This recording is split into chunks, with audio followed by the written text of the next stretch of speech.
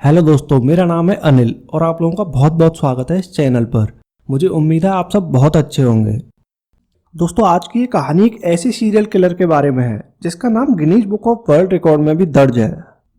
इस serial killer के बारे में कहा जाता है कि इसने अपनी पूरी जिंदगी में कुल 931 लोगों को मारा।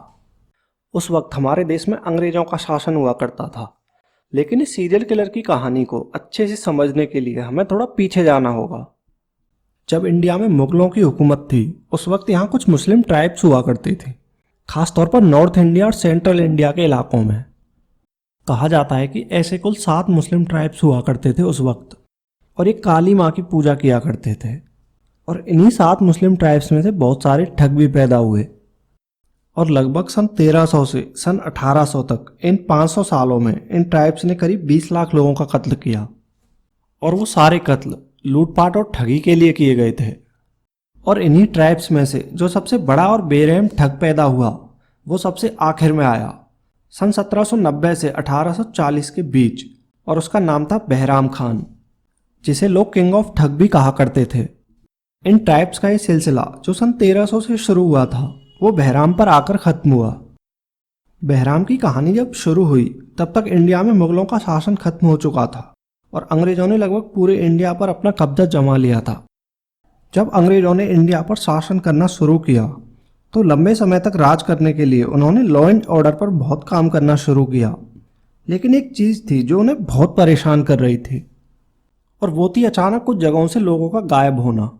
और ख़ास तौर पर यह सब हो रहा था नॉर्थ इंडिया और सेंट्रल इंडिया के कुछ इलाकों में, और इनमें भी सबसे ज़्यादा जबलपुर, दिल्ली, कराची, लाहौर, मंदसौर, मारवाड़, काठियावाड़ा, मुर्शिदाबाद, इन जगहों के जो बिजनेसमैन थे, जो बड़े व्यापारी थे, ज़्यादातर यही लोग गायब हो रहे थे।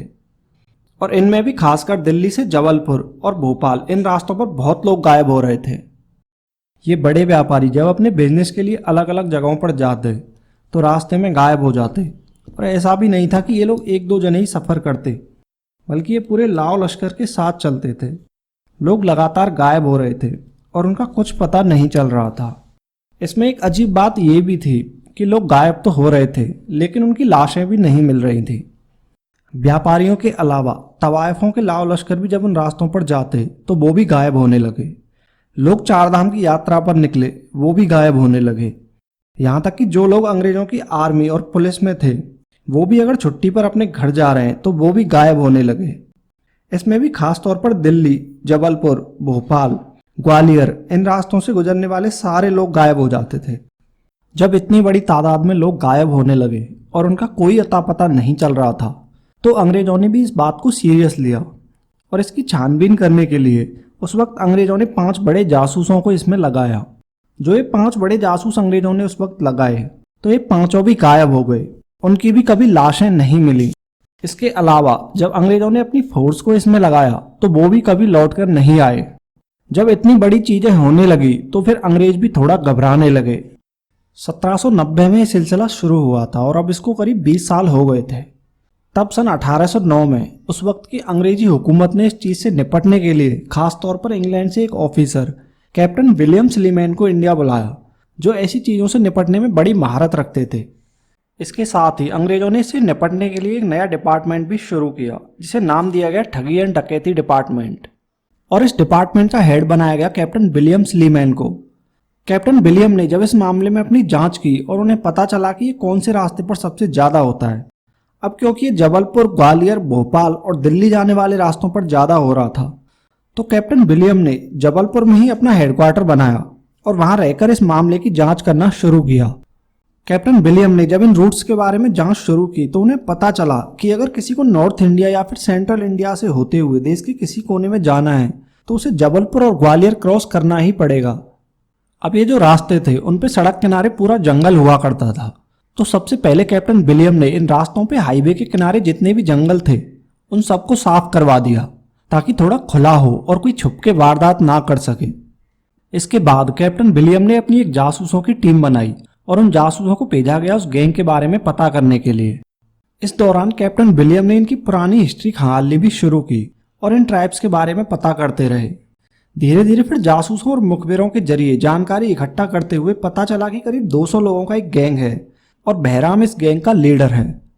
अब बहराम के बारे में पता करना शुरू किया गया तो पता चला कि बहराम जबलपुर के एक छोटे से गांव का रहने वाला है। बहराम का जन्म हुआ था सन 1765 में। बहराम जब 16-17 साल का हुआ तो इसकी मुलाकात होती है सईद आमिर अली से। सईद आमिर अली एक ठगों के गिरोह के साथ जुड़ा हुआ था। अब बहराम भी अली के साथ मिलकर छोटे मोटे ठगी और लूटपाट करने लगा। धीरे धीरे फिर बहराम ने अपना खुद का एक गिरोह बनाया और अली अब इसका राइट हैंड बन गया। बहराम ने फिर एक डॉली नाम की लड़की को अपने जाल में फंसाया। डॉली एक ब्रिटिश ऑफिसर की बेटी थी। कोई बड़े व्यापारी जब आते थे तो वो उनके सामने मनोरंजन के लिए डॉली को आगे कर देता था। डॉली उन्हें अपने जाल में फंसाती और फिर मौका देखकर बहराम अपने लोगों के साथ मिलकर उन्हें लूट लेता और लूटने के बाद उन सबको मार देता। शुरुआत इसकी डॉली के साथ हुई, लेकिन फिर डॉली के साथ इसकी जोड़ी टूट गई। इसने फिर अली के साथ मिलकर अपना गैंग बनाया। बहराम ने फिर लोगों को लूटने का एक नया तरीका निकाला।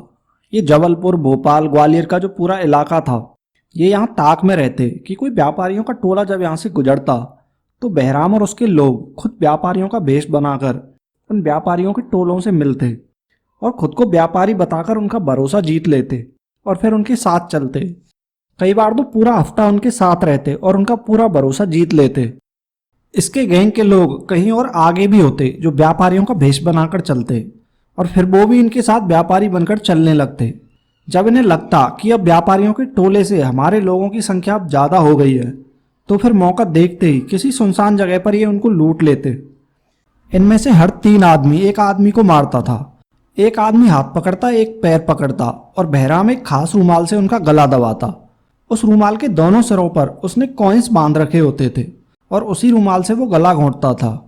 जिस भी टोले को ये लूटते उसमें जितने भी लोग होते सबको ये मार देते थे और उनके सारे कीमती सामान को लूट लेते और उसके बाद मरे हुए लोगों को जमीन में दफना देते। इसके अलावा उन सभी मरे हुए लोगों का एक पैर भी तोड़ देते थे। जब भी ये ऐसे किसी टोले को लूटते तो उसके बाद एक काली माँ की पूजा करते और जिस जगह पर लोगों को दफनाते तो वहां बैठकर गुड़ खाते थे। इसके लिए फिर 1809 में अंग्रेजों ने कैप्टन विलियम को बुलाया। कैप्टन विलियम अपनी छानबीन में लगे रहे, इनके बारे में जानकारियां इकट्ठा करते रहे, लेकिन कोई फायदा नहीं हो रहा था। लंबे वक्त के बाद 1832 में अली जो बहराम का राइट हैंड था वो अंग्रेजों के हाथ लग जाता है। इसके बाद फिर अली को टॉर्चर किया जाता है और फिर वो इस गैंग की सारी कहानी सुनाता है। क्योंकि अली लगातार बहराम के साथ था तो जब भी इन लोगों ने किसी टोले को लूटा, लोगों को मारा, जमीन में दफनाया तो उसे सब कुछ पता था। जब अंग्रेजों ने टॉर्चर किया तो वो उनको उन जगहों पर भी ले गया जहां उन्होंने लोगों को मारकर दफनाया था। सिर्फ अली की निशानदेही पर ही करीब 500 कंकाल उस वक्त बरामद किए गए। इसके अलावा अली ने बहराम के कई ठिकानों के बारे में भी बताया, पर क्योंकि बहराम हमेशा अपना ठिकाना बदलता रहता था तो वो पकड़ में नहीं आ रहा था। 1832 में अली पकड़ा गया था। उसके बाद भी बहराम तक पहुंचने में अंग्रेजों को 7 साल लग गए और फिर अली की निशानदेही पर 1839 में जबलपुर के पास ही बहराम पकड़ा जाता है। पकड़े जाने के बाद जब उससे पूछताछ की जाती है तो वो बिल्कुल भी डरे बिना अपना गुनाह कबूल करता है और बताता है कि मैंने कुल 931 लोगों को मारा है और सभी को रूमाल से गला घोंटकर मारा है। और फिर बहराम की निशानदेही पर भी बहुत सारे कंकाल बरामद किए गए। इसके अलावा बहराम ने बताया कि करीब 1400 लोग और थे जो इस गैंग में शामिल थे। फिर उन सभी लोगों को भी एक एक करके गिरफ्तार किया गया। बहराम के ऊपर करीब 1 साल तक मुकदमा चला और फिर बहराम को जबलपुर में ही एक गुप्त जगह पर फांसी दी गई। इसके अलावा उसके गैंग के बाकी लोगों को जबलपुर में ही पेड़ों पर लटका लटका कर फांसी दी गई। बाद में जब कैप्टन विलियम यहाँ से वापस गए तो उस रूमाल को भी अपने साथ ले गए जिस रूमाल से बहराम ने 931 लोगों का कत्ल किया था। वो रूमाल आज भी इंग्लैंड में ही है और उसे बड़ी हिफाजत से रखा गया है। बहराम जब पकड़ा गया और उसे फांसी दी गई तो उस वक्त वो करीब 75 साल का हो गया था। बाद में फिर इन 931 लोगों का कत्ल करने वाले बहराम का नाम गिनीज बुक में भी दर्ज हुआ। उससे बड़ा सीरियल किलर फिर कभी दूसरा नहीं हुआ। दोस्तों, ये थी दुनिया के सबसे बड़े सीरियल किलर की कहानी जिसने बस एक रूमाल से ही 931 लोगों का कत्ल किया। अगर आपको कहानी पसंद आई हो तो इसे लाइक करें, कमेंट करके बताएं कि आपको कहानी कैसी लगी और इस वीडियो को ज़्यादा से ज़्यादा शेयर करें और क्राइम रेडियो चैनल को सब्सक्राइब करके बेल आइकन को जरूर दबाएं ताकि आपको आगे आने वाली कहानियों का नोटिफिकेशन मिल सके। मैं आपसे मिलूंगा ऐसी ही किसी कहानी के अगले वीडियो में। तब तक आप अपना ख्याल रखें, स्वस्थ रहें।